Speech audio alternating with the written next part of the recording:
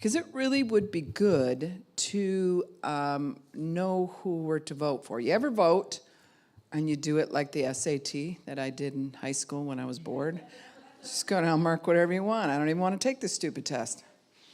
And then my parents get called in because they're like, oh, she has a learning disorder or something.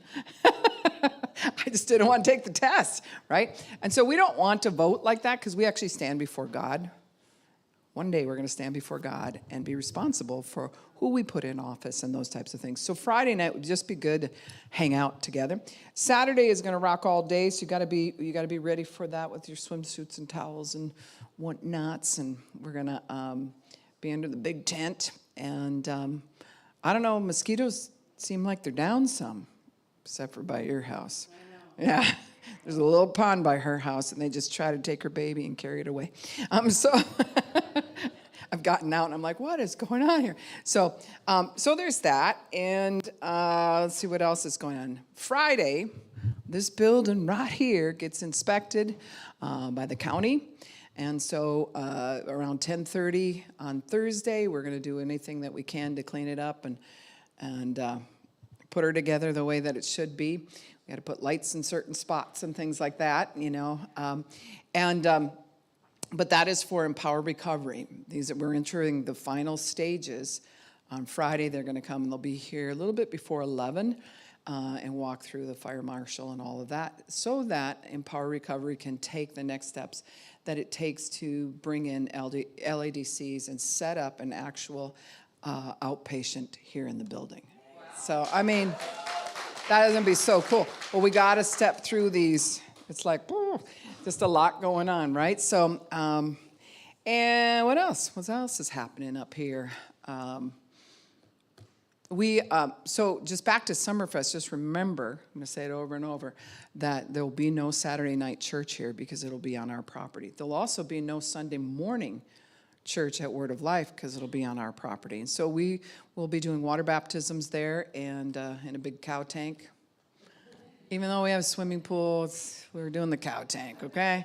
Yeah, so it's heated, so, you know. So that's what's going on there, and I think that's about it. I wanted to answer a question before I get rolling tonight on sugar. People have asked me about sugar, and it was a while back that someone said, I don't believe that you can be predisposed to alcoholism. And you can. This is where it can fall into the dis-ease, you know. So we're supposed to be at ease in our body, but when our blood sugar levels and our insulin levels go up and down and things like that, I mean, there's some kids that are just like sugar fienders, right? And if it's in the family, it makes you go, what's going on with their insulin levels? Yet you can go to the doctor and get checked, and they'll be like, you're fine. Because the way that they do things is you first have to be ill with diabetes before there's a detection. There is not that in-between where it's like, we're starting to get bothered. It's more like, nope, your numbers are good. They're in the range. When really, for some people, that range is already in a diabetic state. Or hypoglycemic. Anybody here have suffered that where you know those signs where you're like, you're hangry because you're hungry, you know? So it's because those insulin levels go up and down. Well, if we use alcohol as a way of like sedating that, you know, if you drink a beer, there's a lot of sugar in beer. Wine, there's even more, whatever. And so then you eat candy and stuff with it. Then when you sit down to have a good meal, like, you know, vegetables, they're not really what you're looking for, right? It's kind of, you know. And so part of knowing the trick to how sugar works is really, a lot of people don't want to face it. There's a book out that talks about sugar addiction, and they put it right up with heroin. Like it's that. And people go, that's not true. Okay, stop drinking pop, stop drinking this, stop doing that, and no candy. You're like, people get mean. I mean, it sounds really simple, but if it was so simple, why haven't we changed it up? Because it is harder than what it looks, right? And so there's something to that. There's also something called candida or candida, somehow some people say it, albicans, which is yeast that we're supposed to have a certain amount of yeast in our intestines. And when that yeast gets out of control, you'll literally be sugar fiending. And alcohol always causes it to get out of control. Your skin will break out. It's all the sugar fiending kind of stuff goes with it. And so in that's something that if you get an overgrowth of candida in your body where you have too much of that yeast, for instance, it can be as simple as you take an antibiotic, right? And then you had an earache. And then 3 months later, you get a sinus infection. You take an antibiotic again. Well, all it takes is those couple times and you've killed off your good bacteria along with your bad bacteria. But what we know is in the bad bacteria, there's always something capsulates and goes rogue, and it sits dormant in there. It'll be a couple of bad bacteria, and they just sit dormant. And your body doesn't recognize them. And then suddenly, in about 3 months, they start multiplying like crazy, but we didn't build our good bacteria back. We never got to get to that point. So now these things are rogue running in our system, and they will cause you to crave sugar like crazy. Be grumpy, sleep like you just got drunk last night. And I mean, some people get nausea, diarrhea, all the same symptoms that kind of go along with that. So I'm just letting you know that sugar fiending's a real deal, right? So that's why I'm not as fond as, having an AA group and it's all donuts and candy with some coffee to just drive it into your bloodstream. Like, let's just take that caffeine and drive all the sugar right into your cells right now. Because all sugar entering your system, even if it's you ate a bunch of pasta, turns into alcohol in your intestines. Right? So sometimes comfort foods are more than just comfort foods. It's just like, oh, I don't know, I just ate. And you get that half-drug feeling and you got to sleep for 2 hours. And then if you do sleep during the day after doing something like that, you'll know if it's blood sugar issues or not processing it correct, because when you wake up, you're never really awake for a few hours after that. Like you're walking around in a fog. It's like after a spaghetti meal, right? So it's just something to know. So I'm going to pass something around. I've passed it around before. It's getting old, so I think there's moisture in it. I've been shaking it. A lot of times we think differently about sugar. Like we'll look at something and say, well, that probably hardly has any sugar in it. And it actually has way more sugar than the other thing, right? And so it's really good to kind of study. Like applesauce that is sweetened has a lot of sugar in it. Isn't that weird? You'd think, well, it's just applesauce. It can't have that much sugar in it. It has a lot when it's sweetened. So I'm going to pass this around. And you can just take a look and get a reality check. It doesn't have just everything, but when I've gone to health conferences, they always do these crazy things. I think Dr. Pete Werdeman does this too, where they take the average amount of sugar that an American eats in a year, and then he just piles it up day by day as he's talking. And you're just sitting there like, oh, there's no way I ate that much sugar. But between corn syrup and all the different things, we do. We do. And so it's good to know this. So to answer the question regarding, predisposition to alcoholism, it's very much tied into blood sugar levels. If there's somebody diabetic in the family, I'm not a believer that anyone should drink because alcohol is a toxin to your brain. Just some people get away with it a little bit more than the next person does, right? And so if you already are predisposed to, blood sugar issues and you drink, it's going to have an addictive property like right now. So I have people that suffer adult onset diabetic stuff in my family, and I personally know that if I drank wine, I can't stand the taste of beer, but if I just taste like, it looks like urine, and it kind of feels like it should taste like that too. And so, but wine would be the thing. And I brought this up before, even grape juice.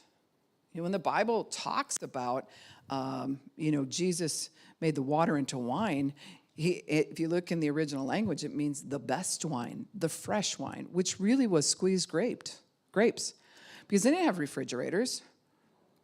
right? So he's not going to take something and make it fermented, because in the Bible, especially the Old Testament, fermentation was a sign of sin. So it's not in the heavenly realm, nothing rots up there. Well, how do you make alcohol? You let some fruit rot. That's what they do in the jails, right?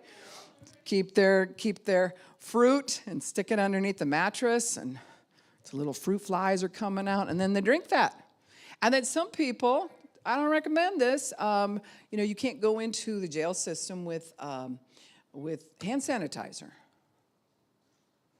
because they will drink the hand sanitizer. You put salt in it, turns it into water. Not a recommendation. It also has the same properties that eventually will cause blindness. So, just throwing that out. So we know that it was the fresh grapes that was the best wine. That's why they said to him, why did you bring out the best now? Wouldn't you want to use up, is really what they're saying, this old fermented stuff first? But no, you honor us and bring out the fresh stuff? Wow. Because how would he have gotten it that fresh to the wedding party? I mean, if it's going to be really fresh, it has to be fresh squeezed.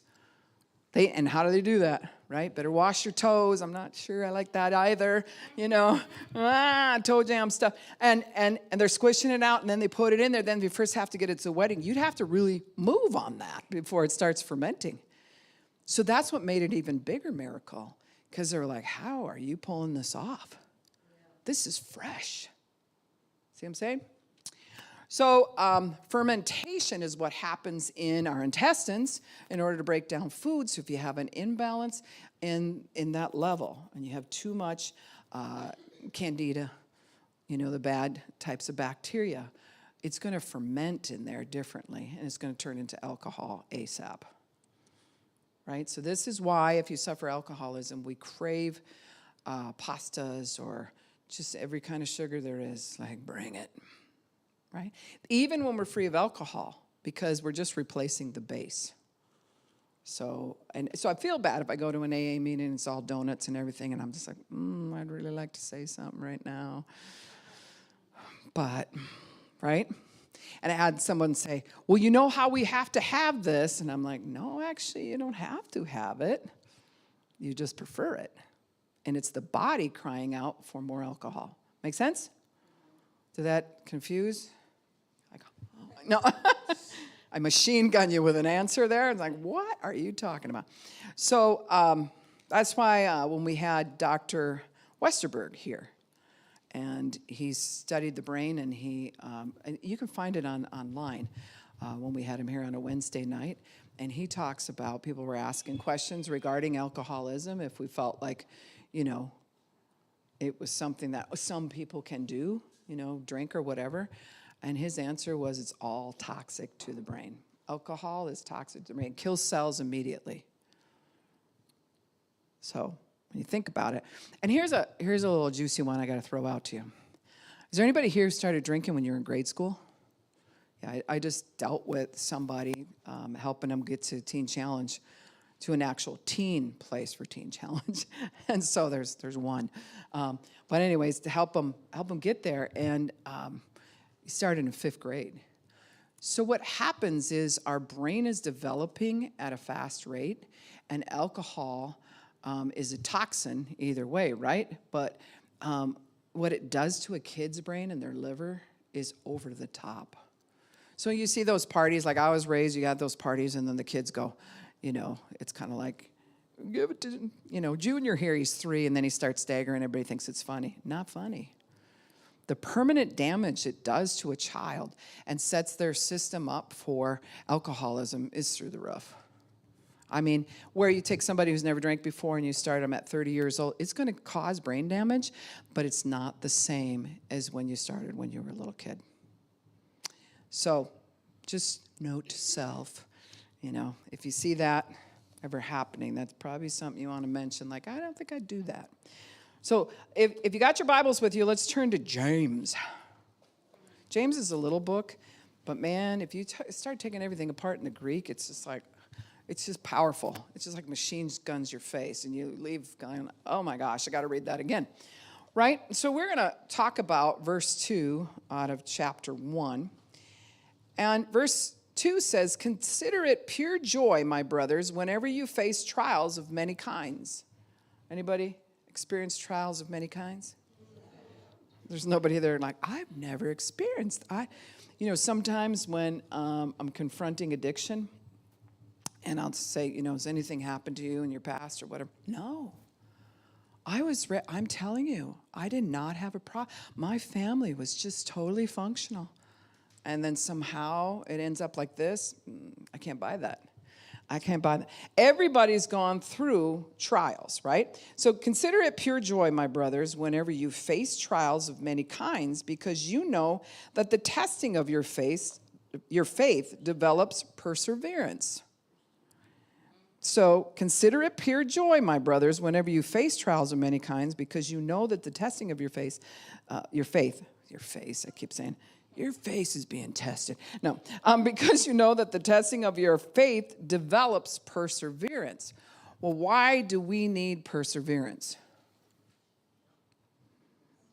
Take a shot. Why would we need perseverance? Not what?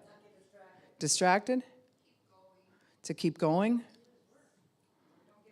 So you don't give up? I've talked about before climbing mountains with our little kids. You can start up these trails that, everybody's just brave. Yeah. And then all of a sudden it goes rocky, and then it gets weird, and then you're hanging off of things, and then you're going, and you got these little kids, coming up. I mean, they were little. And you got one on your back, one on your front, however you're going to get up this mountain. But we wanted to teach them a certain aspect of perseverance.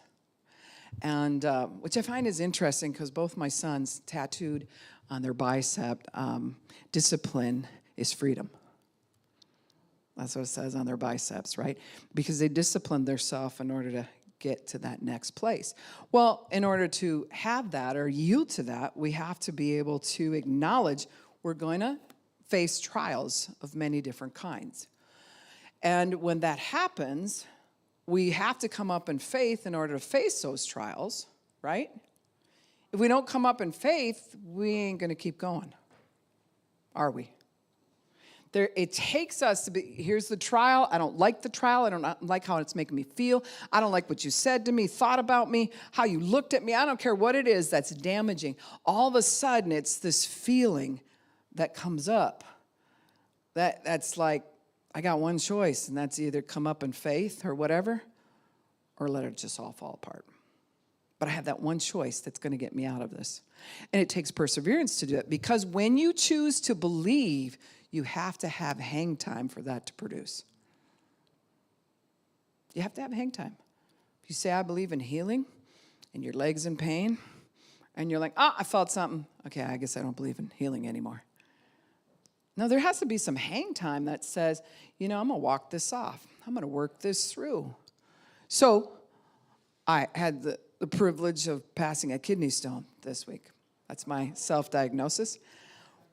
2:00 in the morning, And so for me, I don't do well staying in bed and just thinking about how this hurts.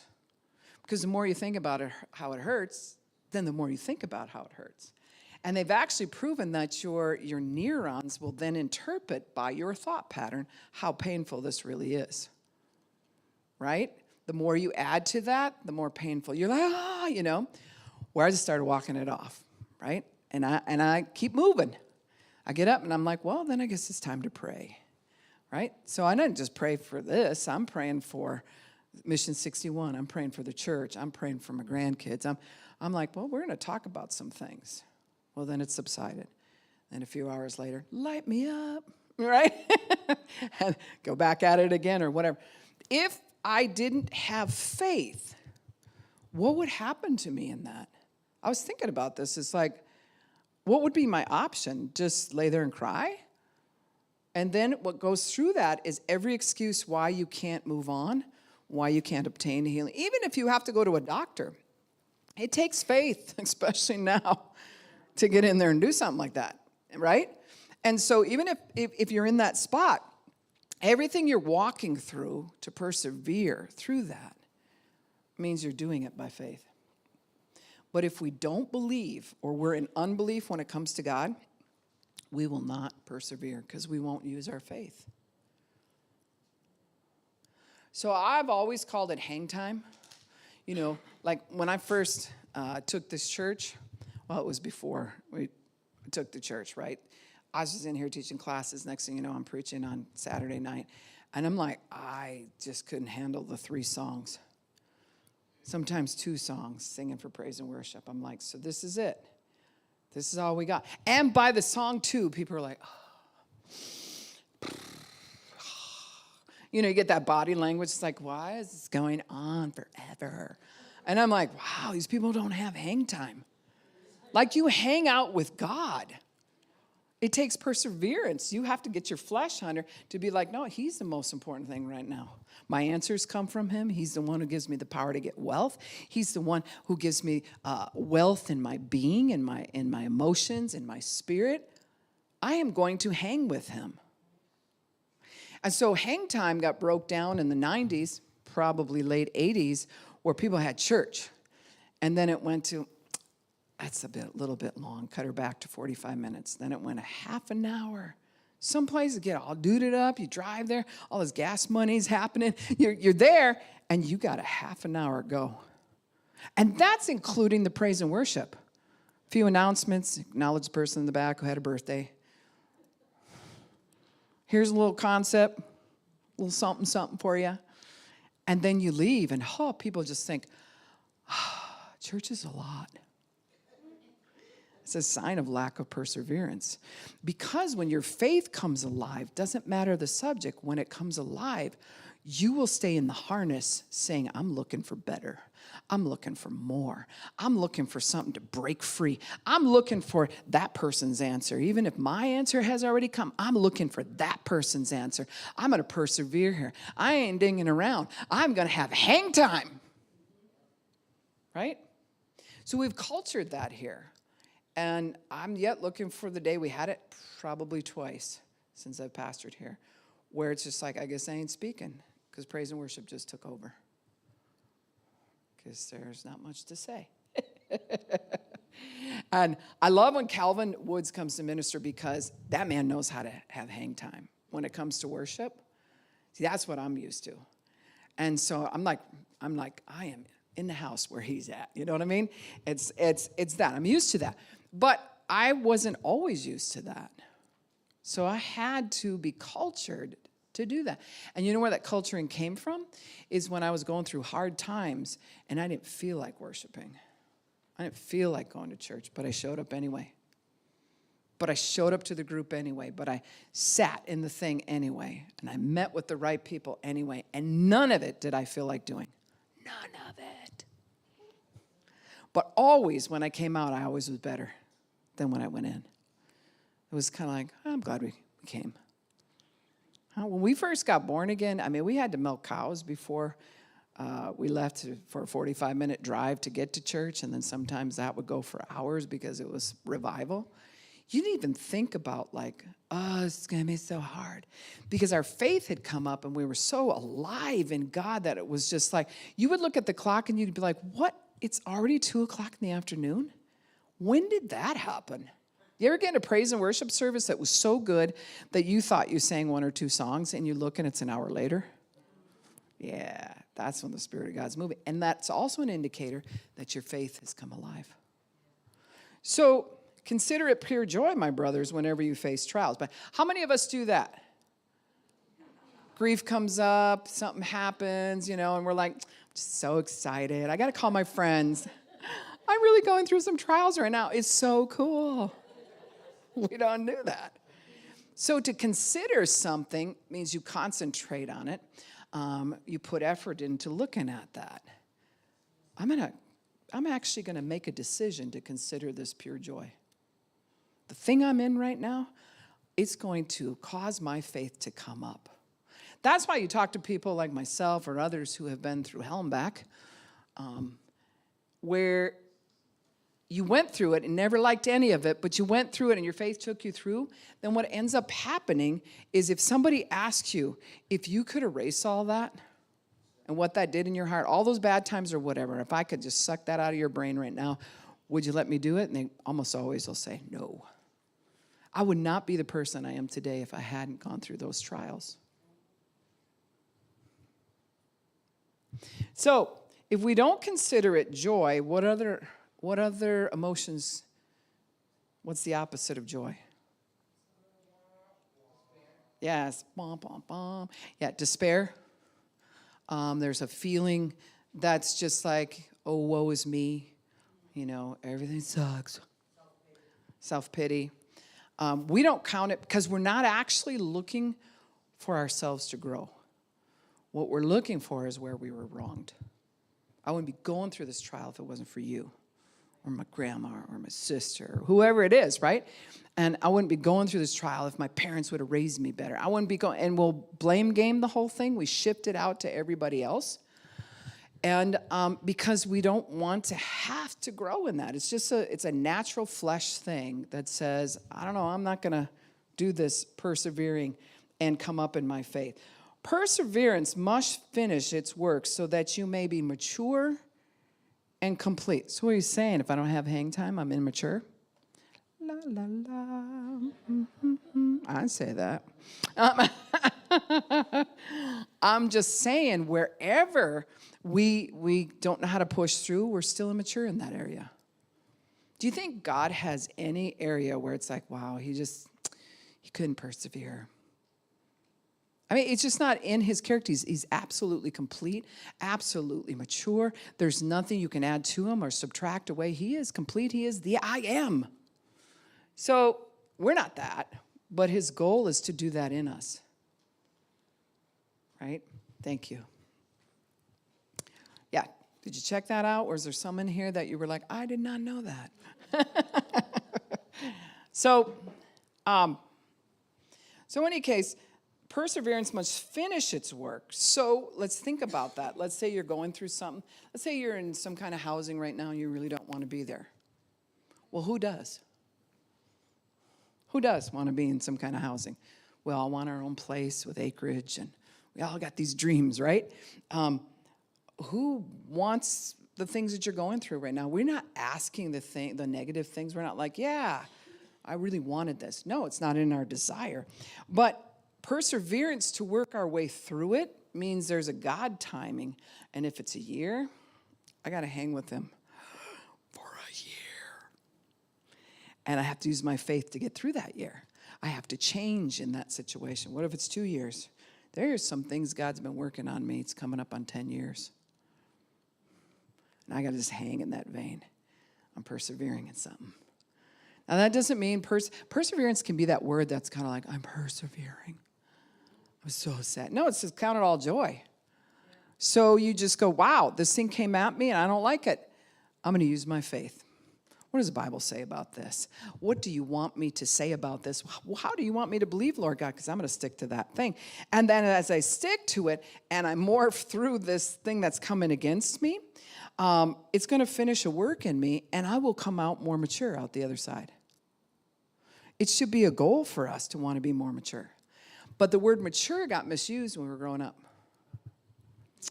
Oh, you're so immature. Gets misused now.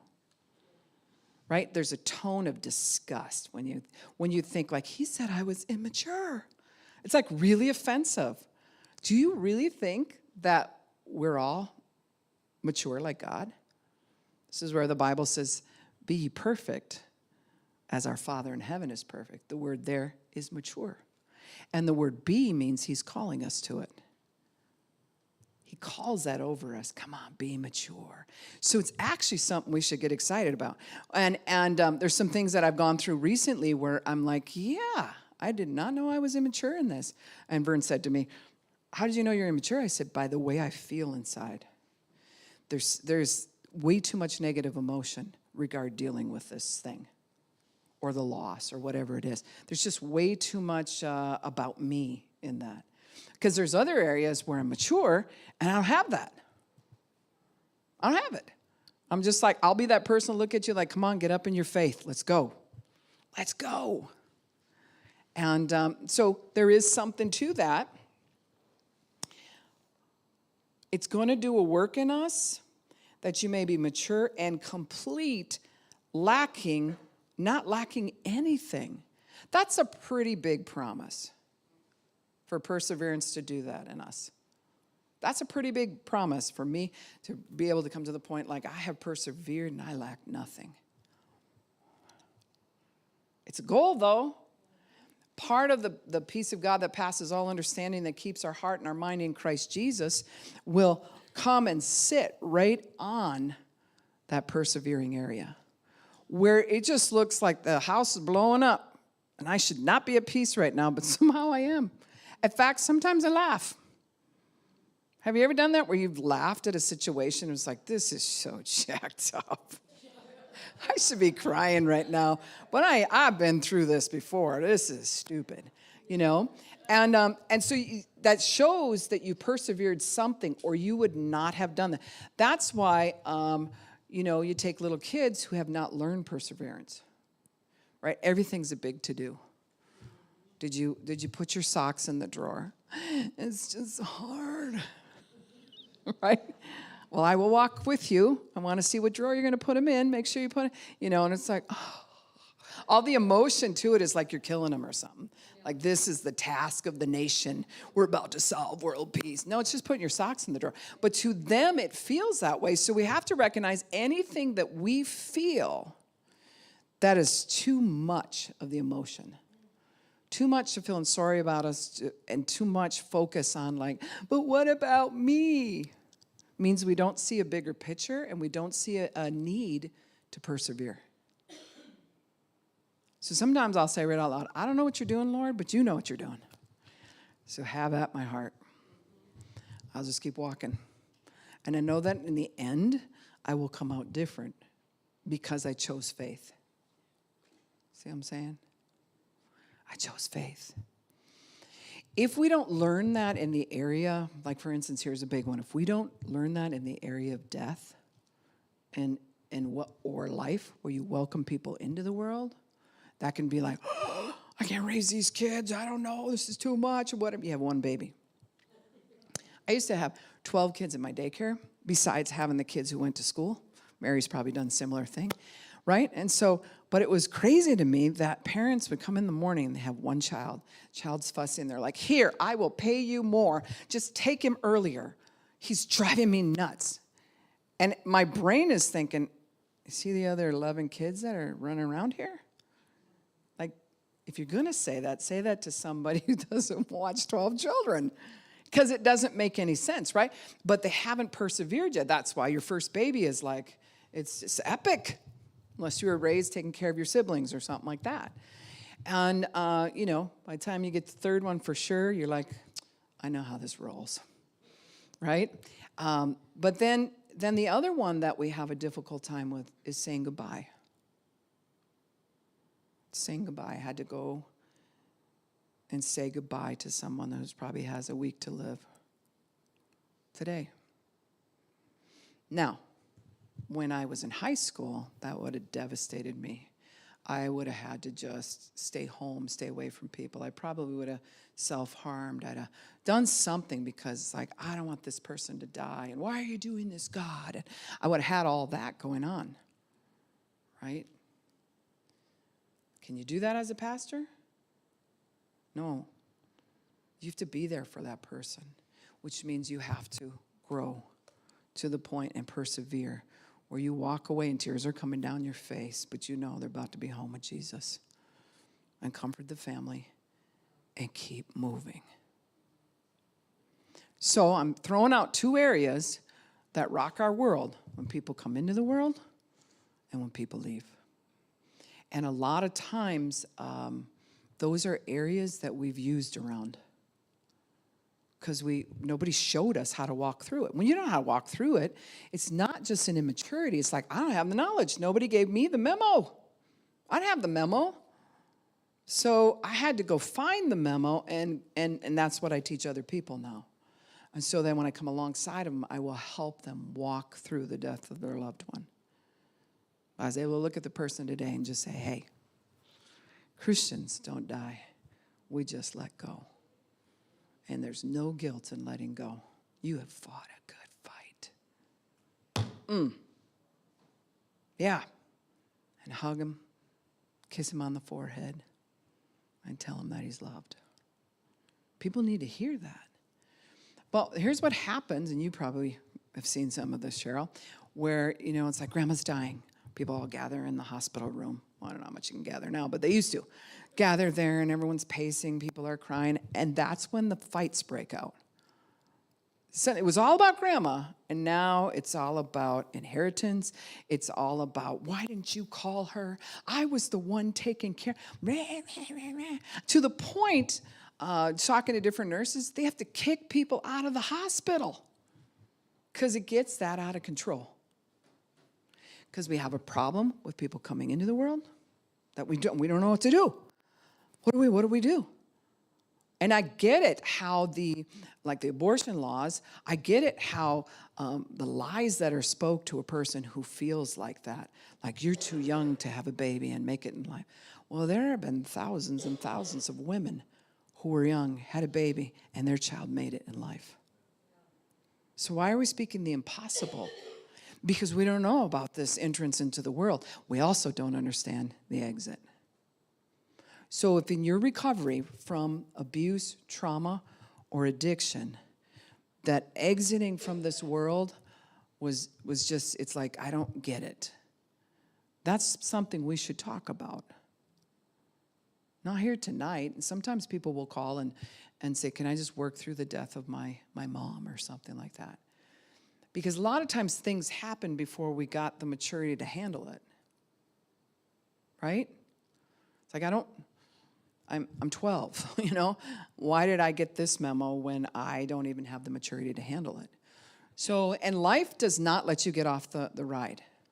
I always call it the island, if you're stressed out in family or whatever. And there was an island. You could be like, this is way too much for me. I'm going to go to the island for a month, and I'll come back. And then we'll deal with this. Nobody gets to do that. Right? Because even if you try to escape, you are going to take that pain and hurt wherever you go. Because you can't disconnect that much. Even if you go get drunk, high, whatever, it's in you. And it's waiting to get the memo that's mature. It's waiting for it to change up. And it's waiting to see if you'll come up in your faith.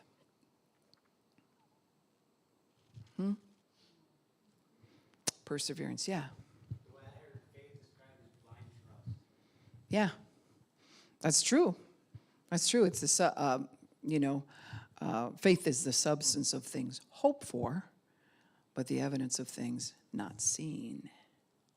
Right? So there has to be a certain aspect of blind trust where you're like, you know what? I don't know, God, what you're doing, why I am where I am right now. Maybe I've caused some of that. Good chance I was a participant, in some of that. But I'm here to learn now. I'm here. I humble myself before you that you might lift me up. And for him to lift us up out of something, he's not going to do that without maturing us first. That'd be like giving the car keys to your 3-year-old. He'll figure it out. No, he needs to come up into something, persevere going to school, persevere listening, and obeying and all that kind of stuff. Then when he's 16 years old, maybe he gets the car keys. And it's a privilege. So sometimes we're waiting and we're mad at God. And we'll go use because we're mad at God. I wanted this to go quicker, faster, better. I don't like where I'm at in life. And we'll get really angry. And those are the areas that are crying out of immaturity. It's either lack of knowledge or the knowledge we have, I don't want to have to do. I just don't want to have to do it. It's gonna hurt. It's gonna take a lot. I'm gonna have to pay attention to it every day and work on it. Why? See, when you come up in your faith, you look at it like, I'm gonna do today and I'm gonna do it well. Sometimes when you come up in your faith, it's like, I'm gonna do the next moment and I'm gonna do it well. You have to break your life down into like, I conquered the moment, conquered another 5 minutes. I made it to noon and I'm sober. Woo! Right? And then it spans out where it's like, I'm 2 days, I'm 3 days. That's why coins and things like that are great markers of like, dude, you made it 6 months. And it should show there was some type of perseverance. I mean, you can be put in jail and not use, or you can use in jail. Everybody knows that. Eventually you can find something. But when we're put in there, it's different having someone take something from you. You really don't have to learn perseverance. When you let go of it yourself, it's because you came up in your faith, and now, this hurts. I don't like it. I got to do it, right? And then that causes us to dig into our own heart and figure out why we even have these feelings to begin. What is going on? Why am I immature in this area? It's building our character. Yes, you're right. Perseverance must finish its work so that you may be mature and complete, not lacking anything. If any of you lacks wisdom, he should ask God, who gives generously to all without finding fault. So if you ask him for wisdom, his answer is not going to be like, well, I would tell you some things, but you were a jerk yesterday. No, I wouldn't do that with my kid. They're bossy with their brother or something like that, and they come up and they ask me, well, I'm not going to give you any information to mature you because you were mean to your brother. No, you actually pour the wisdom on more when they ask. Let me show you how this works. How would you feel if all of a sudden you're growing their neurons to like, oh yeah, I better look at this different. And there's a maturity that comes. Then once they know, then they got to go act that out. That's when it gets hard. Right? That's like even with discipline of children. If I come up and smack my kid around because I don't like their behavior, that's not really giving them an opportunity to grow. But once I know that they know, that's different. There's going to be a discipline that will come because you repeated it back to me. Now, what did we talk about? I shouldn't hit my brother. Okay? And what do you do when you hit him? I'm supposed to say sorry and work on not doing it again. Okay, so we've had this conversation. This is the third time today we're having this conversation. I know that you know. Too late, you know. Now you can't not know. So then you get held accountable to what you know. And that's what's going on with us right in the middle of all the stuff we don't know. Like, I don't know all of this, but there's some things I know, and I still don't want to really do them. Why do I have to know this? It was so much easier when I didn't know. Because the knowing is what puts pressure on you to come up and actually have to persevere through. Because the trial is going to be there no matter what. I just personally rather go through a trial more mature than immature. And some things we count as a trial ain't that big a deal, right? So sometimes it's like you tell your 2-year-old, it's raining outside, we're not going out. What? And they just go raptor and they lay on the floor. They're doing all that. Like, that is a trial. But to our mature selves, we're like, wow, he's freaking out over this. Pick him up, hug him, teach him, right? And so then you move on. But as we get older, there are things that are smaller like that still feel like they're that big. Are you aware of areas that feel like they're really big? And logically, it's like, that's not as big as what I'm making it. But my whole insides feel like it's huge. It's the end of the world. That's an area you still need to mature. Yeah? I can be going along. Somebody can tell me something high intensity, because I don't shock and awe real easy. So they tell me something high intensity of what's going on. We have a conversation about sex trafficking, what happened to them, that whole thing. Boom, I'm right there. But it's the weirdest thing which I rarely have time to do, watch TV, if I see a movie and now I'm in the movie because I'm very visual. My husband watches movies more like, the cameraman's right there. This is just in the script. Nobody cares, right? He'll just fall asleep. Where I'm emotionally committed. Do you watch TV like that? So if I'm emotionally committed, I'm in for this thing, and I got to have a closure at the end. So sometimes guys will watch football. Then they come over to check on I guess that guy got murdered. And then they come over to the news, catch a little bit back, and they come back to, and you're like, I cannot commit. I am emotionally involved in this, and I need to do that. But there's been times that something hit me in a movie, and then the movie's done. I'm like, okay, got to clean some stuff, and I finish loading the dishwasher. And next thing I know, I'm starting to cry, and I can't figure out why. There was something in that movie that triggered an area where I still needed to grow. That doesn't mean you can't acknowledge emotions of something, but this is a different kind of cry. This is the cry where you literally start to feel bad for yourself, right? Or panicky. It's different than like, that was beautiful, they love each other, that kind of thing. It ends up being that little bit different cry. And then you start to filter things around you differently. Yeah, that's kind of stuff that's happened to me. Nobody's there for me. It can go that quick, just like that. That's how I know it's immature. And when it does that, I do have a habit of laughing. I'll be just like, okay, that's just jacked up thinking. And I'll start laughing about it. And then I'll go tell my husband what's going on. I'll be like, I watched that. This is thought that went through my mind. And we'll laugh together. But years ago, when we first got married, if something like that would happen, and he didn't feel as emotional about it as I felt, now he doesn't care about me either. I don't even know if we're compatible. We should have never got together. Fine. Psh, door slams. Over a movie? That's how you know, like, something's kind of immature there. There's a little bit of something going on. So any of you lacks wisdom, got to go to God and ask him, because we want to have faith in a wise thing. Right? If I'm going to come up and deal with a trial, I'm like, I got to have wisdom. I don't know where I'm going to get it, but I got to go talk to some big dogs. I got to talk to the Holy Spirit, who is the biggest, right? And he's going to give me some word on it. And then I'm going to get that memo where it's like, oh, that's what I got to apply to this. And then you go to apply it, and all hell screams at you. But you're like, nope, this is truth. This is truth. You begin to announce it over that situation. This is truth. I'm going to grow up into this. My most holy faith is coming up. That's how it works.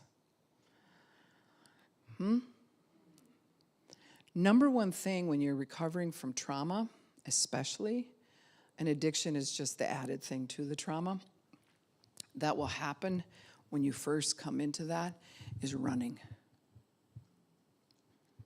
There'll be a feeling like, I'm going to come to church. And then it's like, I got to run. I got to get away from these people. This is too much, too hard, too intense, too wild. We'll just have too many of two things, right? And so we'll announce that. But because the feeling inside of us is like, I can't persevere. I got to run. Even if, and I've told people, I've gone in some jacked up churches, some weird meetings, where all kinds of, everything from witchcraft to whatever was going on. I don't run. Why are we ever a runner? I'll sit there, I might leave, eventually just make a choice like, I'm not going to participate. But there's no feeling of running in me. See, that takes some maturing to get to that point. Now, there's other things that'll bug me. And I just wish when we matured, it would just hit us all the way across the board. We'd be like, yes, we're there. But it doesn't. You're like, yeah. And then, that area is unfortunate, So there's something about, and that's why, even we'll see this, like you go on the mission field, places like that. I don't know if you've ever gone on a mission trip. But we've talked to some missionaries that are just like, they're so done. They're so done with taking people on the mission trip that when they get to Africa, they're complaining because there's no air conditioning. You might want to think about that before you sign up. Yeah. Right? And then they'll be, literally, we've just heard stories of people just crying, you don't understand, I have to have air conditioning. You're on a mission trip. Line up with the mission and persevere. This isn't about you. This is about these starving little kids or whatever is going on, right? But it'll happen, and then they'll be like, I'm never going on the guy was so mean. That missionary was so mean. That guy's got to work in that zone with all those people. And then they bring in the little spoiled Americans, and mess up the whole area? No. No, so they got some really strong boundaries coming out on mission trips now. And I agree with them. I agree with it. So if you make a commitment to do something, the first thing that will happen is a trial will confront you to see if you're going to persevere. I don't care if it's vacuuming the church floor. I'll come once a week, right before Wednesday night. And I smile because I know it happens to me. It's going to happen to you. You're like, I wonder what trial is going to happen to get them out of that spot of vacuuming. It's something small, but it's the craziest thing. Major things will happen, and we feel like we can't vacuum the sanctuary, which takes about 20 minutes. You ever do that on some things? You're like, no, I've committed to this. This is what I feel really important. And you show up to whatever twice, and then just trial after trial. And it could be small trials, like it's raining. I can't go. I stubbed my toe. Or it can be, like if I wanted to go with my flesh or immaturity today, we just lost a pastor friend. Well, we didn't lose him. We know exactly where he is. Just had some kidney stone, lighten up my world. And I'm working somebody through saying goodbye to his family members. Just in a few days, right? So I would have an excuse to not be here tonight. Or would I? Depends on where I'm at in the maturity level. You got to count the cost before you go to war. Now, if I was standing up here screaming, and sweat's pouring down, I might not. But I've had gallbladder problems probably 20 years ago, and I preached. And I'm not bragging on it where it's like you all have to suck it up and let's go do it. That's not the point. The point is, what comes against you when you say you're going to go do something? What is your Achilles heel? Do you know what Achilles heel is? Right? And that area, once it's cut, you can't run the same. You can't. What is that thing that it's like, there it is? Because it's going to be different for each and every one of you. It could be that you're living with somebody that just grinds on you. But love would persevere. It can be many different things, but what is the thing it is for you? Because it will replay itself over and over until you mature past it, and all of a sudden it's not there anymore. Or is it there, and you just don't notice it the same? Yeah? In order to start Word of Life, we rented a school, and I was pregnant with an 11-pound baby, right? Wasn't 11 pounds all the way through, and I would put Felicia on my back because there was no children's church or anything like that. But if you're going to grow someplace and you're just starting it, you better teach. So I couldn't figure out how to keep her from running off in the school. Well, waddling in. I just remember I came in like a big tent, And then you persevere. You'd break out in a sweat because you got this kid on your back and a big kid in the front. But you have to persevere. Now, I learned to persevere physically by being raised on a farm. Because you didn't get to come home when you were chucking bales. Like, Mom, it's hot. It's like, suck it up until the load comes in, right? Just, you get reasons like, here, take some water, dump it all over your body. Okay, you do that. But my arms are scratched. That's what hay bales do. It's going to look so dumb. I remember saying that when I was in high school. Then you just hit a zone where you're like, let's just get the job done and get off the field as quick as we can. Then it turned from, I don't want to do this, to like, how can we do this the most efficient and quick and get in? Right? And there was a reward for that because you were done. And then you could go swimming or whatever it is that you wanted to do. And it was a good feeling because you'd look at that load of hay and you saw it up and stacked in the hay mow, and it was a feeling like, yeah, but that's perseverance. That did not come right away. So sometimes we're trained in the physical, how to make those things happen easier, and that might be a weakness for you. Sometimes it's something hitting you emotionally over and over where you have to come up out of it. But we all got to do it. And we're all presently doing it. Pretty sure when I stand up here and I'm 80 years old, I'll be like, still doing it. Just so you know, takes a lot. Had an 80-year-old get up here on this stage, so I got to persevere. I mean, I still have to do it. And I have to come up into a form of maturity to get that to happen. Now, wounds will make you focus on the wounds you had as a child, and they will lie to you and say you cannot persevere. It's too much. It's taking up too much space, time, and energy in your brain. People don't understand. I'm so different than everybody else. Right? That's why it's really healthy that, I got a brother that shot me right in the butt cheek with a gun. Right? That hurt. But when I sat in a circle of guys and they were like, oh, yeah, I got shot in the back with blah, blah, and you're just like, oh, okay, well, it's not as big as I thought it was because I thought I was the only one. See, that's what'll get you thinking, too. Not that it was okay, especially when you're running.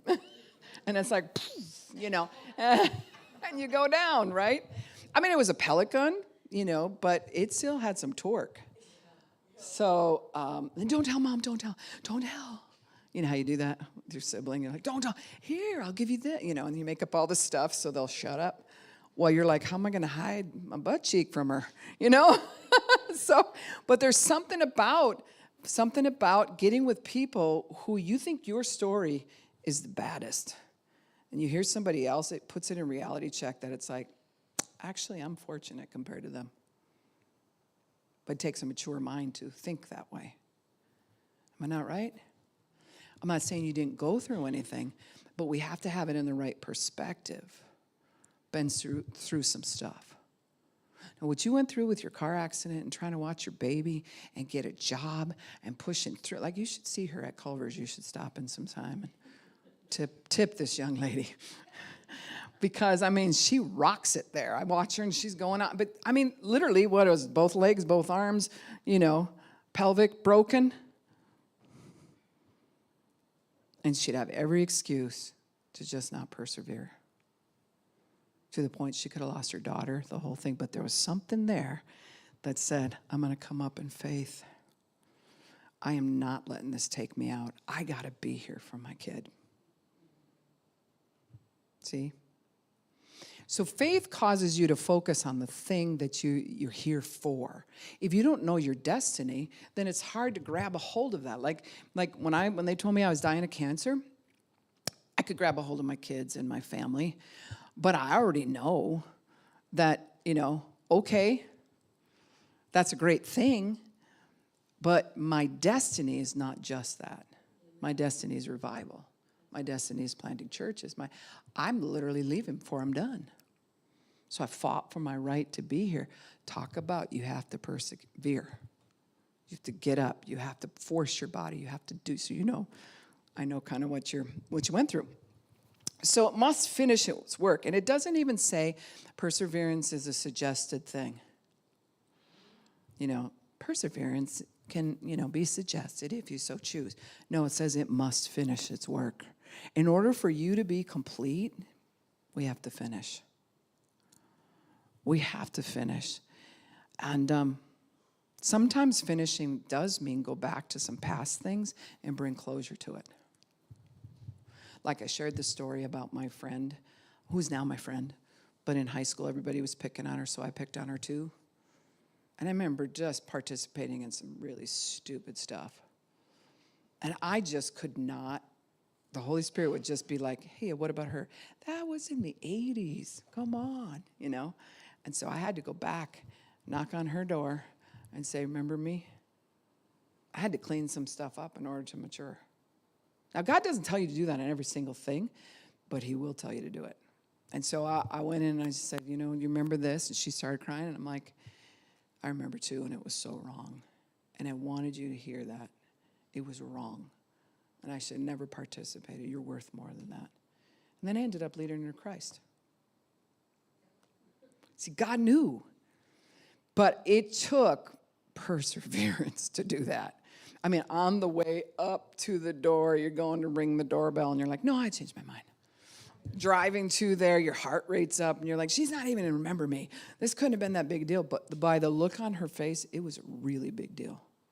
So what I did, God used me to help bring closure to an area where she had been really wounded, and I was a part of it. Sometimes the Lord will have you pay back money. No way. He'll have me pay back. I remember when I was in high school, I lived on my own. I had no towels. I was 17, living in this little trailer, making $2 an hour, milking 100 and some cows before I went to school every day, right? And so I didn't have towels. Well, the ranch also owned a house right next door, and I was supposed to go wake up their hired hands and then head to the barn. So I did that, and it was like, oh, there's extra towels here. Not a big deal, really. I wasn't like, like I'm covered up, I'm going in, going to steal these towels. But it was like, well, nobody's using them, I'll take them. So this is how he had me return them. When I go and I purchase, every so many people living in our housing stuff that we did in Colorado, out on the streets or whatever, I say, do you have a towel? They're like, no, we don't really have, okay, here. I always had towels in my vehicle. See, it's payback. When the devil steals from you, the Bible says we can require of him 7, right? 7 times. So it's like, oh, 1 towel, 7 times. So, but there's something about God's checking your heart. He said, now I asked you to do that. Are you mature enough to do it? No, that costs money. I would rather take that money to do this. I mean, that's the real immature answer to begin with. But later on, you can't wait to give someone a towel. So they never have to experience being without towels. See, it'll move you to this maturity, and that's why perseverance is good. And then we ask God for wisdom. Wisdom is panoramic, so it shows us what happened in the past, how it brought us to the now, and now, where are we going? We've never been to where we're going yet. But the dream of where we're going is out there, and we're going to persevere to get to it. You don't get to just morph over and have the dream. That's a fantasy. There's a difference between a dream and a fantasy. And there's an area in our brain, right near your cingulate, that operates in fantasy mode. And we've talked about that before, where it's your area of escape. It's also supposed to be used for you to imagine things.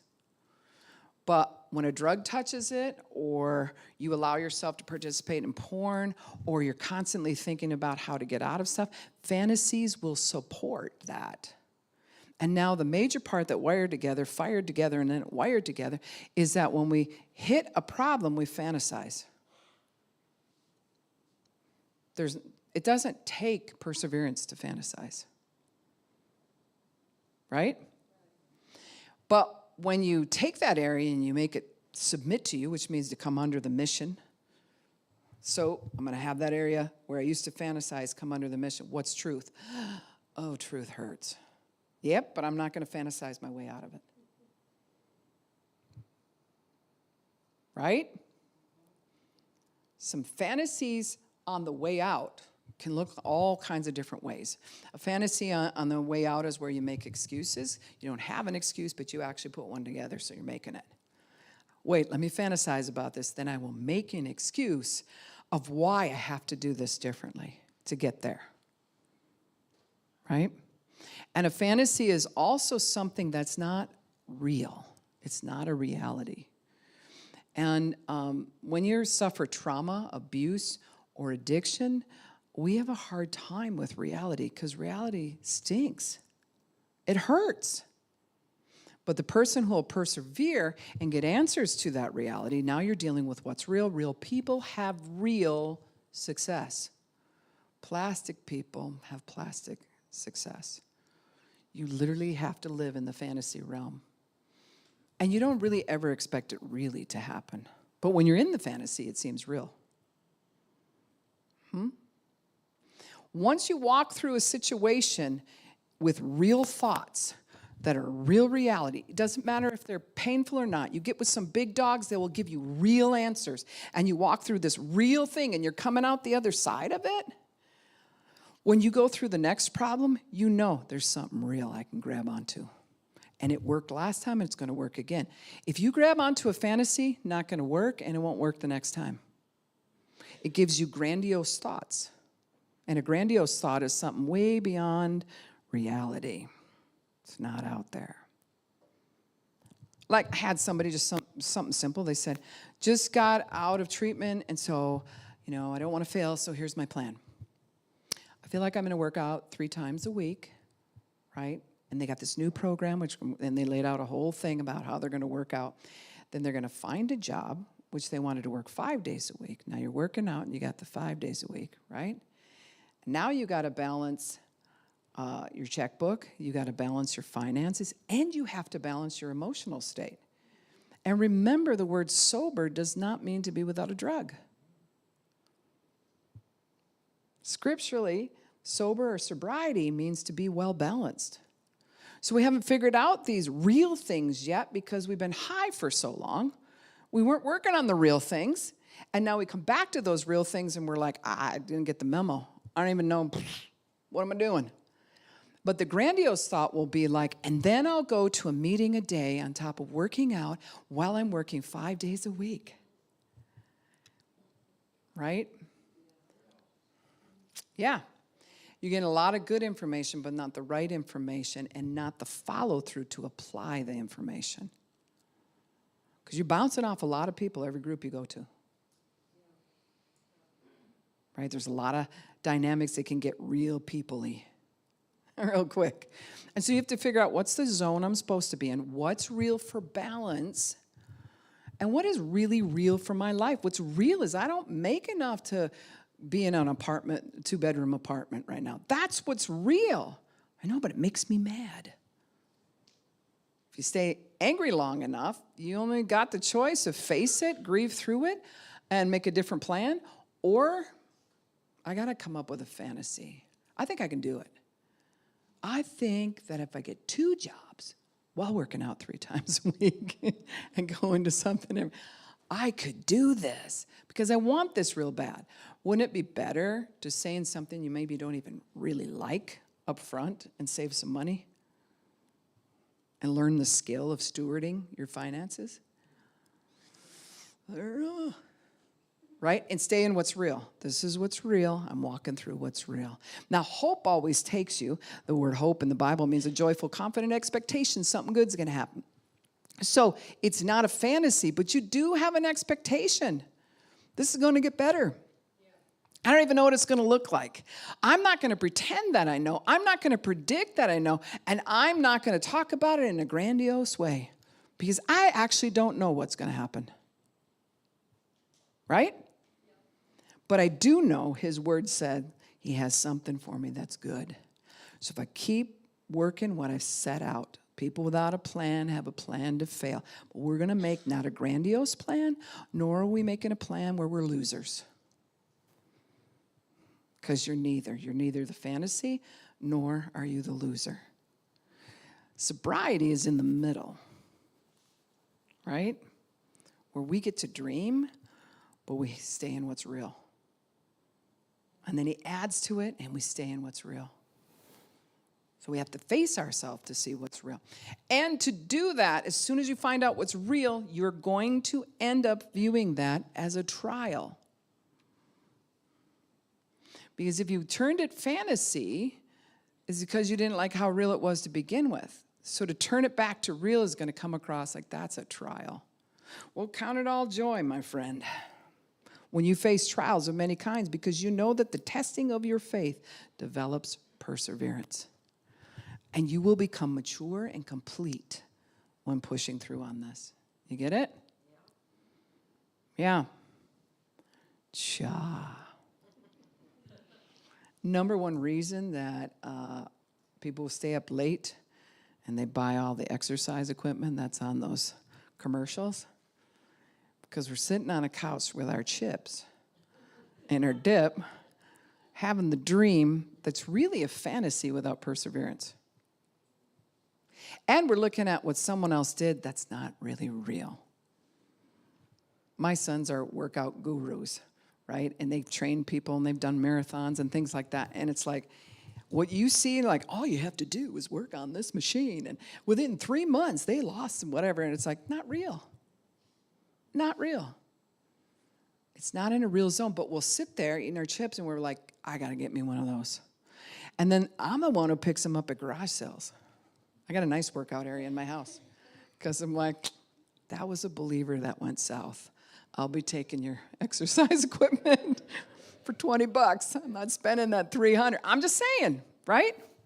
But even I work out, I haul furniture, I do it, but I'm not a skinny mini. See, so what's really real? I loved it. One time I watched Oprah, and she was talking about fantasy, and they had those like skin, they look like skin, tights, or full body suits, and they had people line up front in those tight suits. And you had to name, there was one real thin and one heavier, and they were all different shapes and sizes or whatever. And then you had to vote as an audience who you thought worked out the most, who you thought the runner was. Nobody got it right. Nobody got it right. The person who actually worked out the hardest was the person who was the heaviest. And I'm talking, they went a long ways on the treadmill. So what's really real? That's kind of a whole different subject, but I just want to say that's why we buy the exercise equipment. If you're going to do it, then persevere in it and don't go all out here to do all this other stuff. Just be like, this is what I'm going to do. And I'm going to keep working on it. I'm going to stay real. Yeah? Any questions on perseverance? No? Oh, it's a tough subject, but a good one. So if I said to you tonight, who wants to be complete and mature here? That's what the word says, right? We go, yeah. But just know that you're committed to perseverance when you say that. There is no fast way around recovery from any form of trauma, abuse, or addiction. There's just not it ain't McDonald's, and even they're slow now. There's not enough help, right? Or are they slow or are they fast? And we are intolerant of how much we want it to be faster yet. Really? So we drive up and we're like, they're messing around. It's taking like a whole 5 minutes. We have no perseverance. Yeah? Let's stand. Father, we just come before you in the mighty name of Jesus, and we thank you for who you are and what you're doing in our hearts and our minds. And Lord, you're leading us to a place of perseverance. You're leading us to mature, to come up into an emotion that's real, but Lord God, that fits our age group, that we can adult because we definitely have been matured. Lord, give us strength to walk through the trial and to even count it all joy that we're going through it. I don't thank the devil for his junk. I don't believe that God borrows anything from the devil's kingdom. But if I'm going through a trial, I just know I'm going to mature. I'm going to use my faith, and I am going to mature. And so that's what makes it a joyful thing. The joy of the Lord is our strength, and that's what makes you climb a mountain, is the joy of the Lord. So be blessed. You're highly favored of God. Be sure to come check us out on Saturday night. There's a free meal here every Saturday night, 5:45, and then 6:45 is the service. All right? Be blessed.